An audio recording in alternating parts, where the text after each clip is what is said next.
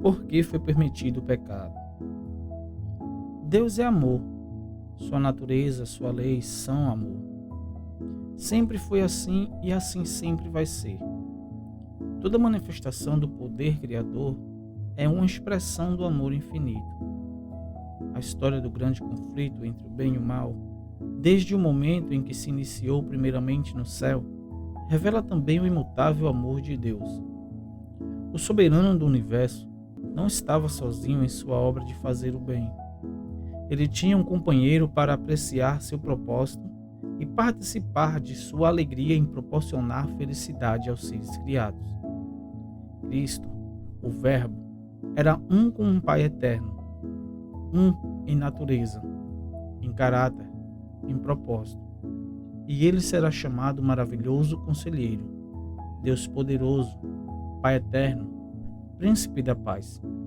Suas origens estão no passado distante, em tempos antigos. O Pai atuou por meio de seu Filho na criação de todos os seres celestiais, pois nele foram feitas todas as coisas, sejam tronos ou soberanias, poderes ou autoridade. Os anjos são ministros de Deus, que estão prontos a executar sua vontade. No entanto, o Filho, o resplendor da glória de Deus, é a expressão exata do seu ser. Sustentando todas as coisas por sua palavra poderosa, tem a supremacia sobre todos eles. Deus deseja de todas as suas criaturas um serviço de amor, serviço motivado pela apreciação do seu caráter. Ele não tem prazer na obediência forçada. Concede a todos a liberdade para lhe prestar serviço voluntário. Enquanto todos os seres criados foram leais por amor, houve perfeita harmonia por todo o universo de Deus. Nenhuma nota dissonante havia para desfigurar a harmonia celestial. Entretanto, ocorreu uma mudança nesse estado de felicidade. Houve alguém que usou de forma errada a liberdade que Deus concedeu às suas criaturas. O pecado teve sua origem com aquele que, abaixo de Cristo, era o mais honrado por Deus e o mais elevado entre os habitantes do céu, Lúcifer, o filho da alvorada. Ele era santo e incontaminado. Assim diz o soberano, o Senhor. Você era modelo de perfeição, cheio de sabedoria e de perfeita beleza. Você foi ungido como um querubim guardião, pois para isso eu o designei. Você estava no Monte Santo de Deus e caminhava entre as pedras fulgurantes. Você era inculpável em seus caminhos desde o dia em que foi criado, até que se achou maldade em você. Pouco a pouco, Lúcifer cedeu ao desejo de exaltação pessoal. Seu coração trouxe orgulhoso só por causa da sua beleza. E você corrompeu a sua sabedoria por causa do seu esplendor. Você que dizia no seu coração: erguerei o meu trono acima das estrelas de Deus, serei como o Altíssimo. Embora fosse mais honrado do que as hostes celestiais, ele ousou cobiçar a adoração devida unicamente ao Criador. O príncipe dos anjos desejou o poder que pertencia por direito a Cristo somente. A perfeita harmonia do céu foi então quebrada. No conselho dos anjos, insistia com Lúcifer. O Filho de Deus apresentou perante ele não só a grandeza, a bondade e a justiça do Criador, mas a natureza imutável de sua lei. Desviando-se dela, Lúcifer desonraria o seu Criador e traria ruína sobre si mesmo. Contudo, a advertência feita com misericórdia e amor infinitos apenas despertou maior resistência. Lúcifer permitiu que prevalecesse o sentimento de inveja que nutria por Cristo e ficou ainda mais obstinado. O Rei do Universo convocou os exércitos celestiais para uma reunião e apresentou a verdadeira posição de seu filho, mostrando a relação que ele mantinha com todos os seres criados. O Filho de Deus partilhava do trono do Pai, e a glória de ser eterno, existente por si mesmo, rodeava a ambos.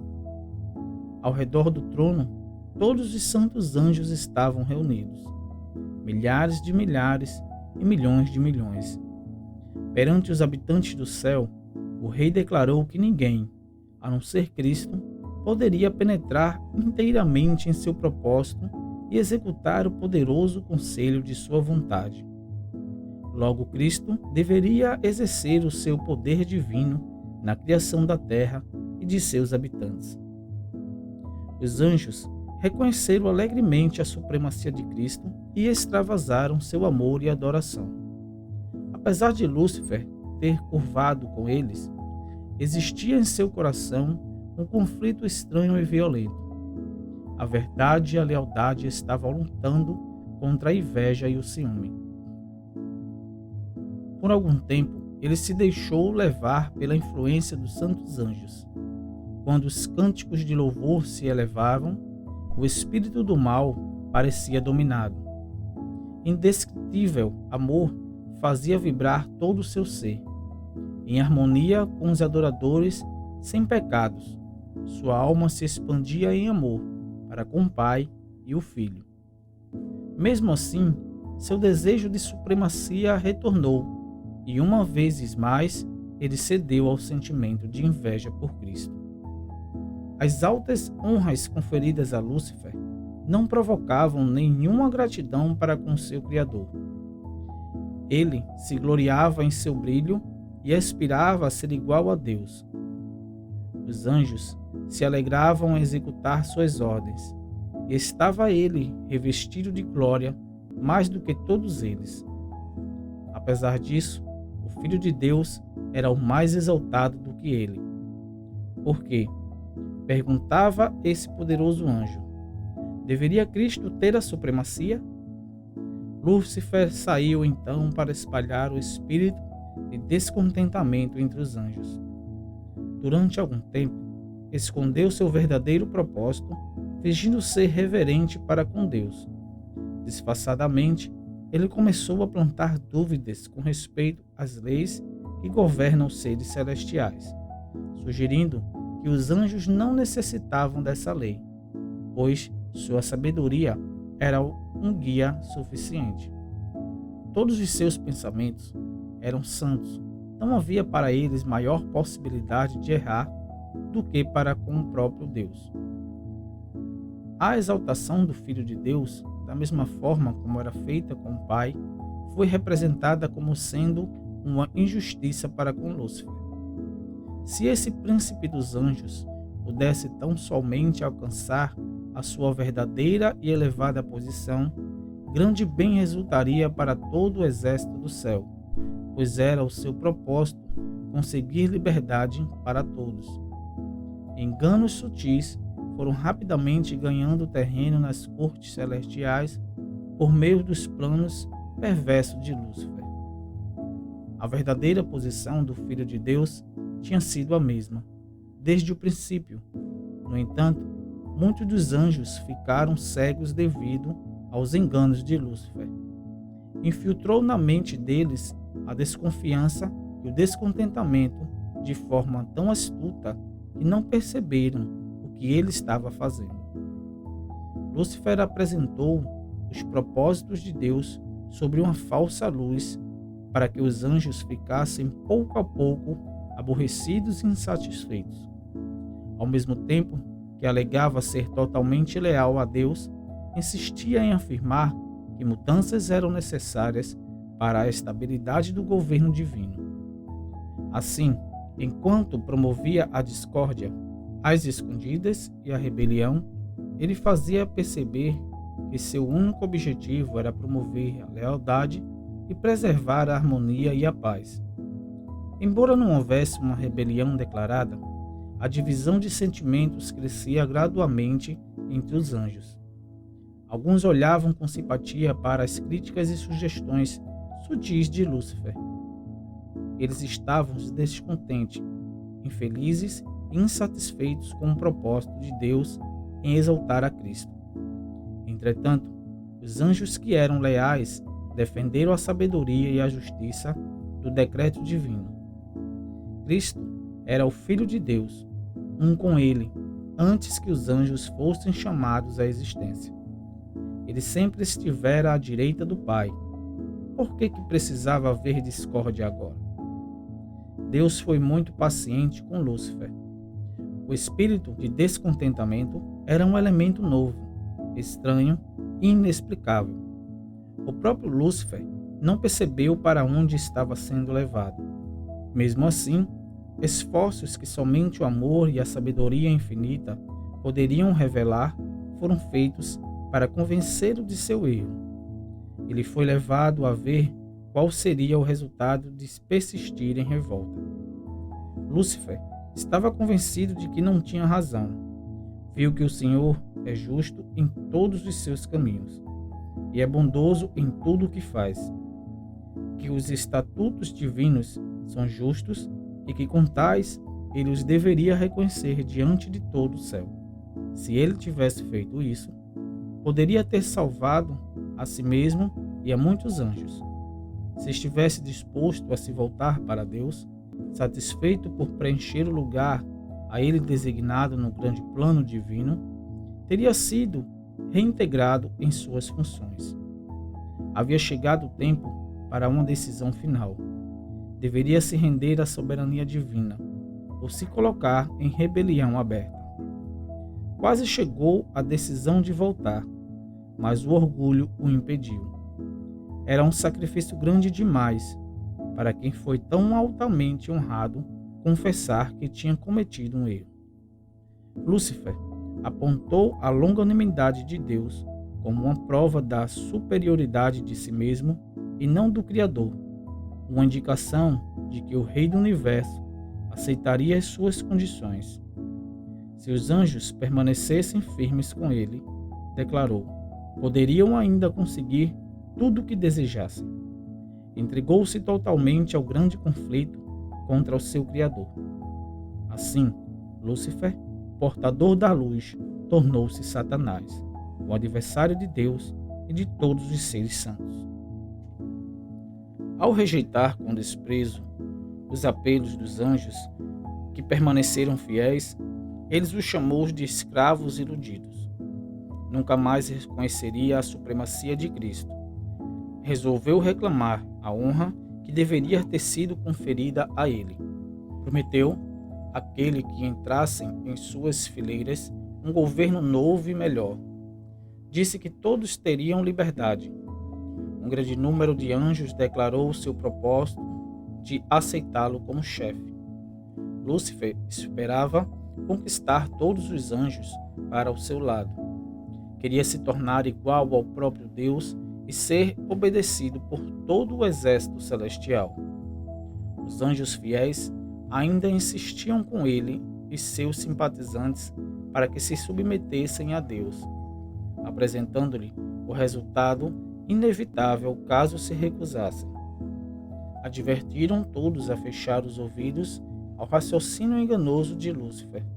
Insistiram com ele e seus seguidores para que buscassem a presença de Deus sem demorar e confessassem o erro de questionar sua sabedoria e autoridade. Muitos ficaram inclinados a se arrepender de seus descontentamentos e ser recebido novamente no favor do Pai e de seu Filho. Lúcifer, porém, declarou que os anjos que se uniram a ele tinham ido muito longe para retroceder. Deus não os perdoaria. Quanto a ele, estava decidido a nunca mais reconhecer a autoridade de Cristo. A única opção que estava era exigir sua liberdade e adquirir, pela força, os direitos que não lhes havia sido concedido. Deus permitiu que Satanás levasse avante a sua obra até o espírito de descontentamento resultasse em revolta completa. Era necessário que seu plano de desenvolver completamente a fim de que todos pudessem ver sua verdadeira natureza. O governo de Deus incluía não somente os habitantes do céu, mas todos os mundos que ele tinha criado. Lúcifer concluiu que, se ele havia conseguido convencer os anjos do céu à rebelião, poderia também convencer os outros mundos.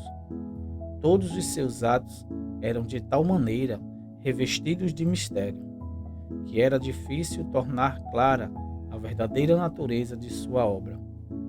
Mesmo os anjos fiéis não conseguiam discernir completamente o seu caráter ou ver para onde sua obra estava levando. Tudo que era simples, ele envolvia em mistério, e distorcendo a verdade, lançava dúvidas sobre as mais claras afirmações feitas por Deus. Sua elevada posição dava maior força às suas afirmações. Enquanto Deus podia empregar apenas métodos que fossem coerentes com a verdade e a justiça, Satanás usava o que Deus não usaria: a bajulação e o engano. Portanto, era necessário demonstrar não só aos habitantes do céu, mas a todos os mundos que o governo de Deus é justo, que a sua lei é perfeita. Satanás fez parecer que era ele quem estava procurando promover o bem do universo. Seu verdadeiro caráter deveria ser compreendido por todos. Era necessário que ele tivesse tempo para se manifestar por meio de suas obras perversas. Ele declarou que todo o mal era resultado da administração divina. Era seu objetivo aperfeiçoar os estatutos de Deus. Por isso, Deus permitiu que Lúcifer demonstrasse a natureza de suas pretensões, a fim de mostrar o efeito das mudanças por ele propostas na lei divina. Sua obra deveria condená-lo. Era preciso que todo o universo visse um enganador desmascarado. Mesmo depois que foi expulso do céu, a sabedoria infinita não destruiu Satanás. A fidelidade das criaturas de Deus deve estar baseada na certeza da sua justiça e amor. Seria difícil para os habitantes do céu e dos mundos não caídos ver a justiça de Deus na destruição de Satanás. Se ele tivesse sido imediatamente destruído, alguns teriam servido a Deus pelo temor em vez de o fazer por amor. A influência do enganador não teria sido completamente destruída. Tampouco o espírito de rebelião teria sido eliminado. Para o bem de todo o universo, ao longo dos séculos sem fim, ele deveria desenvolver mais completamente seus princípios, a fim de que suas acusações contra o governo divino pudessem ser vistas sob sua verdadeira luz, e para que a justiça de Deus, bem como a imutável natureza de sua lei, não pudessem nunca mais ser questionadas. A rebelião de Satanás deveria ser uma lição para todo o universo, durante todos os tempos que viriam, um testemunho perpétuo da natureza do pecado e de seu terrível resultado. Assim, a história dessa experiência com rebelião seria uma eterna defesa a todos os seres santos para impedir que fossem enganados quanto à natureza da transgressão. As suas obras são perfeitas e todos os seus caminhos são justos. É Deus fiel, que não comete erros. Justo e reto Ele é.